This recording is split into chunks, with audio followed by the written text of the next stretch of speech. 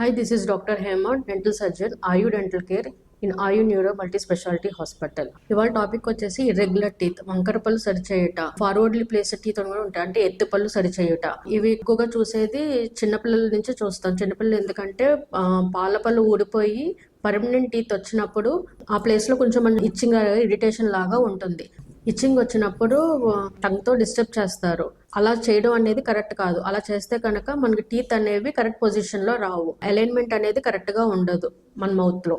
ఎప్పుడైతే ఇలాగా irregular teeth కానీ ఫార్వర్డ్లీ ప్లేస్డ్ టీత్ ఉన్నప్పుడు మనం బ్రేసెస్ అనేది వేయించుకుంటాము. బ్రేసెస్ అనేది కూడా 12 years ఆఫ్ ఏజ్ నుంచి స్టార్ట్ చేస్తే మనకు కొంచెం బెటర్ ట్రీట్మెంట్ అనేది ఉంటుంది.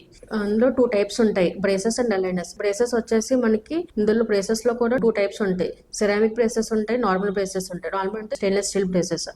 సిరామిక్ బ్రేసెస్ అనేది మనకి విజిబిలిటీ అనేది ఉండదు, అంటే మనం పళ్ళకి క్లిప్ వేయించుకున్నాము అనేది విజిబిలిటీ అనేది ఉండదు. Normal braces, stainless steel braces అయితే మనకి డైరెక్ట్ గా కనిపిస్తాయి. సిరామిక్ బ్రేసెస్ ఎందుకు యూజ్ చేస్తారంటే ఎస్థెటిక్ ఉన్న వాళ్ళు ఎక్కువ సిరామిక్ బ్రేసెస్ అనేది యూజ్ చేస్తారు. రెండింటికి కూడా ట్రీట్మెంట్ అనేది ఒకేలాగా ఉంటుంది.